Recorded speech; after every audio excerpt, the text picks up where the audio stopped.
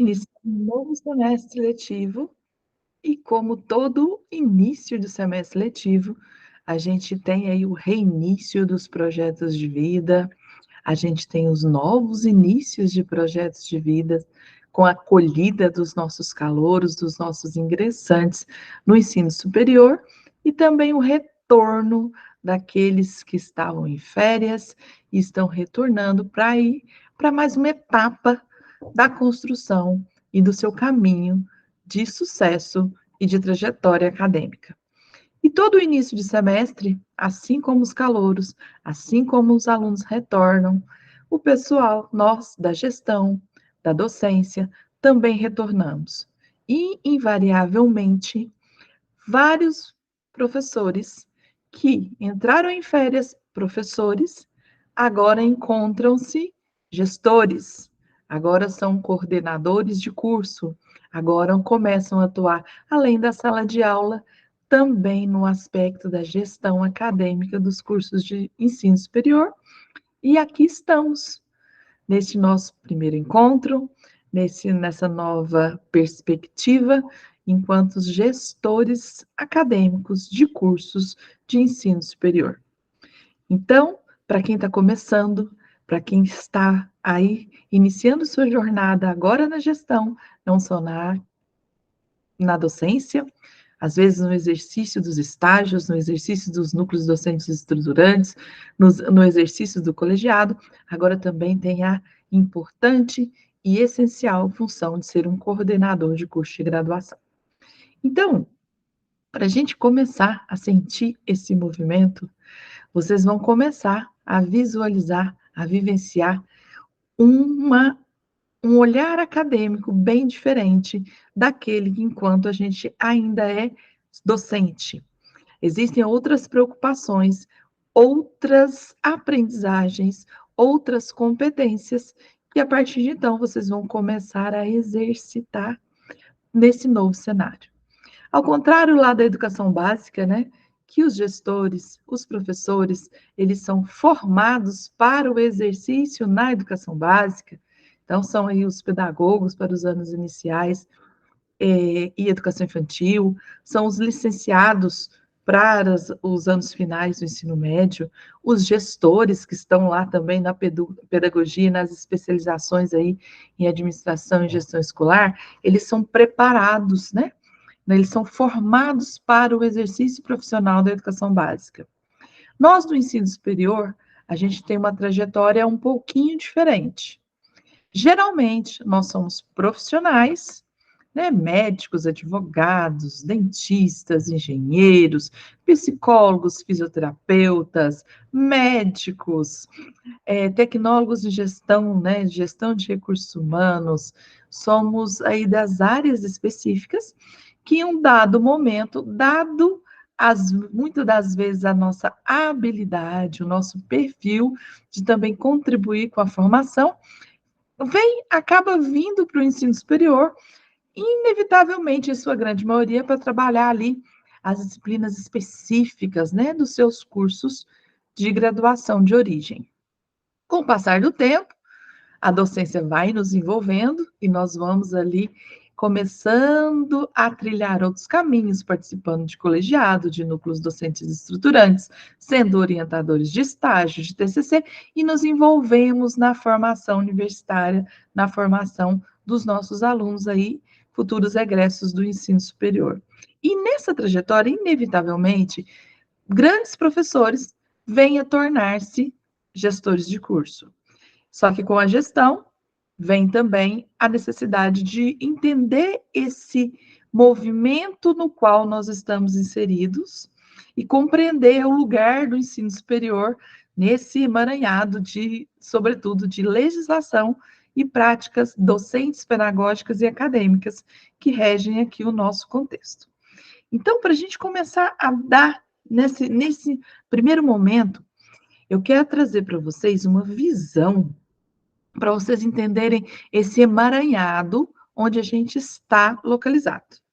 Como vocês sabem, meu nome é Janete Mello, sou mestre em educação, tenho aí mais de 25 anos de experiência no ensino superior, no qual eu pude transitar aí desde a secretaria acadêmica, no meu início, lá na minha gloriosa setor de datilografia, pasmem, e não faz tanto tempo assim, e eu pude trilhar também todos os espaços acadêmicos de uma universidade e de uma faculdade. Ou seja, eu passei da secretaria acadêmica para a secretaria de instituto, depois para assistente pedagógica, para coordenadora, para professora, e agora, como responsável, assessora de desenvolvimento institucional, eu pude alinhavar todos esses conhecimentos, além do que também já fui pesquisador institucional, procurador institucional, que cuidava de todo esse arcabouço legal e legislativo. Então, para a gente saber, você que está chegando agora na gestão, para você entender um pouco do que você vai encontrar e da forma como a gente vai aí orientar você nesse movimento. Então, eu vou apresentar aqui a minha tela para vocês, para a gente entender um pouquinho deste cenário. Vocês estão visualizando aqui um mapa mental que eu utilizo muito no meu cotidiano, no meu dia a dia, que eu trato aqui do ensino superior. O primeiro movimento que a gente vai fazer é compreender como a legislação educacional está organizada, porque, tirando aqui, né, os coordenadores de direito, nós não temos no nosso exercício, porque nós não fomos formados para sermos coordenadores de curso de graduação. O pessoal do direito tem aí o privilégio de conhecer essa estrutura, e aqui eu não pretendo me alongar nessa compreensão, mas que você tenha esse entendimento de que a nossa legislação está estruturada de uma forma hierárquica. Como é isso?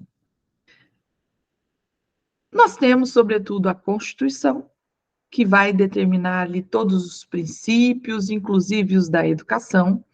Uma vez que nós temos ali, né, a Constituição, que é a lei máxima, nós teremos as leis, que são as normas aprovadas pelo Congresso Nacional, que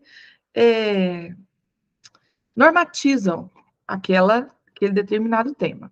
Uma vez que nós temos as leis, nós temos os decretos, que regulamentam essas leis. E, finalmente, nós teremos aí instruções normativas que dão ordem e procedimentos, portarias e resoluções. Por que é isso extremamente importante para você compreender, enquanto gestor de curso, essa hierarquia?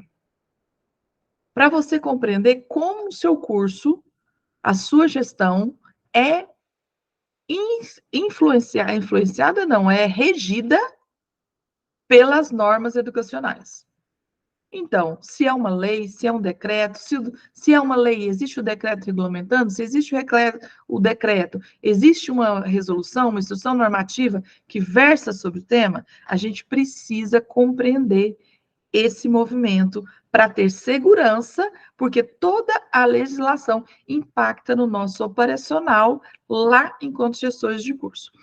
Vejam isso aqui, vou minimizar aqui para a gente fazer visualizar de uma forma mais integral. Então, quando eu venho aqui de fato para a legislação, que eu abro aqui, vocês poderão visualizar aqui a Constituição Federal, lembra? Nossa Constituição máxima. Então, aqui na Constituição, o que a gente encontra? Que a gente encontra, né, que no seu artigo 22, que a União compete legislar sobre a educação. A gente vai encontrar também que é direito de todos a educação. Aqui é um recorte mais para a nossa visão de gestão educacional. Artigo 23, né, que é também competência da União, proporcionar meios de acesso à educação e à ciência. Muito bem.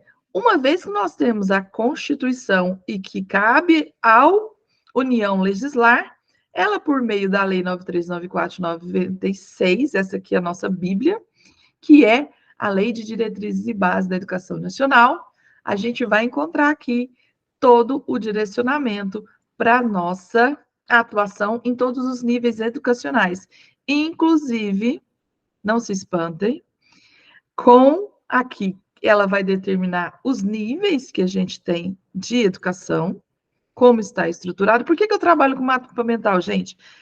Vocês vão ver aqui que é um volume muito grande de informação. E a gente que trabalha na gestão, às vezes, precisa referenciar nossos documentos, precisa acessar de uma forma mais rápida. Então, dessa forma, eu consigo ter uma visão panorâmica. Vocês vão ter acesso também a esse material, para que a gente consiga fazer isso de uma forma mais rápida. Porque uma coisa que a gente precisa na gestão é de rapidez, né, de celeridade e principalmente de assertividade nas nossas decisões. Por isso que é tão importante a gente ter essa visão. Então, ele tem aqui todas as premissas, toda a forma, tudo está definido na Lei de Diretrizes e Bases da Educação Nacional em todos os níveis. Só que aí, as leis, a Lei 9394, vou fazer um exercício aqui para vocês, por exemplo, quando a gente trata da educação à distância, a Lei 9394, ela trata da educação à distância lá no seu artigo 80, que ele diz que o poder público incentivará, aqui no meu artigo 80, deixa eu centralizar aqui para vocês visualizarem.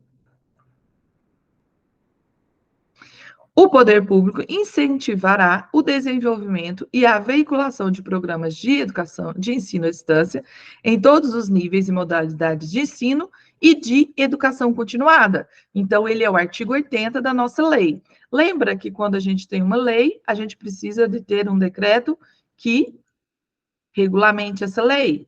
Lembra da nossa estrutura hierárquica aqui? Leis e decretos? Então, uma vez que eu tenho aqui a lei, no artigo 80, falando de educação à distância, eu vou ter aqui, na educação à distância, que eu já passo a organizar meu mapa mental por tema, para ser mais fácil da gente, porque é mais fácil a gente decorar o termo de busca do que a lei, né, gente? A não ser meus colegas do direito, que têm essa facilidade. Então, quando eu venho aqui na educação à distância, aí sim, eu consigo organizar que, lembra da lei? Aqui eu tenho a lei prevendo a educação à distância. Então, para essa lei, eu vou ter o meu decreto 9057, que me diz, que regulamenta o artigo 80 da LDB e que traz todas as orientações específicas para a educação à distância. Não sobre somente isso, lembra da estrutura? A partir do decreto, eu posso ter instruções normativas, portarias e resoluções que normatizam aspectos específicos elencados tanto na lei quanto no decreto. Então, aqui eu tenho, no caso, a portaria 11, que estabeleceu normas para credenciamento de instituições, a portaria 741, que fez alterações, e essas outras portarias que tratam da pós-graduação, educação à distância e da oferta de educação à distância em cursos presenciais. O que eu quis mostrar para vocês aqui, elencando a estrutura hierárquica da nossa legislação e a estrutura hierárquica, por exemplo, de que eu trouxe de ilustração, da educação à distância. Muitas vezes nós nos pegamos, principalmente quando nós estamos começando, iniciando nesse cenário, nesse estudo, a gente tende a ficar presos nas portarias do MEC e nas resoluções do MEC, mas a gente desconhece a origem dessas legislações. Geralmente, as portarias, elas são recortes de assuntos específicos ou de itens que precisaram de uma regulamentação complementar, de uma explicação complementar, que às vezes não foi suficiente, por exemplo, aqui dentro do decreto. Ou uma situação, né, porque aí pode até vir aqui depois algum parecer, que pode explicar determinada aplicação prática dessa legislação em determinada situação em que as instituições de ensino superior não conseguiram chegar a um entendimento para aplicação da lei. E nós, quanto gestores de cursos de graduação, a gente tem que começar a olhar dessa forma. A gente tem ali, aqui eu dei o exemplo da educação superior, da educação à distância, mas vocês podem ver que aqui, ó, eu tenho várias temáticas, educação profissional, a questão da especialização, questão étnico-racial e, sobretudo, a questão da regulação. E aí são outros aspectos sobre autorização de cursos, credenciamento de instituição, reconhecimento de curso, indicadores de qualidade e um monte de variáveis. São várias variáveis que impactam no nosso trabalho de gestão. Mas nesse primeiro movimento, o que a gente precisa é compreender que a legislação está organizada dessa forma, impacta a nossa gestão, porque ela traz os elementos que precisam ser observados no cotidiano da construção da sua gestão acadêmica. Então, ao longo daqui da mentoria, a gente vai construindo, junto com você, eu tenho uma visão geral, e nós vamos construindo o seu material, as suas referências, para que você tenha segurança de exercer a atividade aí, enquanto gestor, enquanto coordenador de curso, de uma forma bem tranquila, certo? Então, esse é o nosso primeiro movimento. Então, o que eu quero, o que nós vamos precisar fazer agora? Cada um dentro da sua área aí, dentro do seu momento, vocês vão, a partir desse material, mapear o seu referencial. E para isso, a gente vai construir, aí vocês, tem gente que vai gostar desse formato aqui, né, do mapa mental, a gente vai ter oficina para organizar, e também tem pessoas que vão escolher de outra forma. O que é importante? Não importa a ferramenta que vocês vão utilizar. Vocês devem pensar no recurso tecnológico ou analógico, às vezes vocês preferem ter uma pasta aí organizada na sua mesa, você vai definir o que vai funcionar para você. O recurso analógico ou digital que você vai usar é só uma ferramenta para você conseguir o seu objetivo, que é ter segurança e conhecer o aspecto legal, né, da sua legislação que vai impactar na sua gestão. Então, para nosso próximo encontro, você vai mapear e vai relacionar todas as dúvidas que você teve com referência a essa legislação básica e a gente vai caminhar aqui depois com a regulação, porque a gente precisa dessa base para a gente tratar aí realmente do que todo mundo aí que está começando na gestão, sobretudo, que é uma grande aflição, que é a questão de conhecer os seus indicadores de qualidade, como é que a gente melhora as notas dos nossos cursos contra a ENAD, quanto à avaliação em loco e essa coisa toda. Então, fiquem à vontade, pode acionar a equipe de acompanhamento assim e toda hora que precisar e aguardo vocês no nosso próximo encontro. Tendo dúvida, gostou da mentoria, conheceu esse vídeo de alguma forma, se interessou, me chama, que isso pode ser um grande diferencial, um grande aceleramento, uma grande abreviação, pois eu estarei disponibilizando aí meus mais de 25 anos de experiência no ensino superior para te auxiliar a encurtar esse caminho. Você não precisa ficar, enquanto gestor aí, coordenador de curso está começando, passando isso tudo sozinho.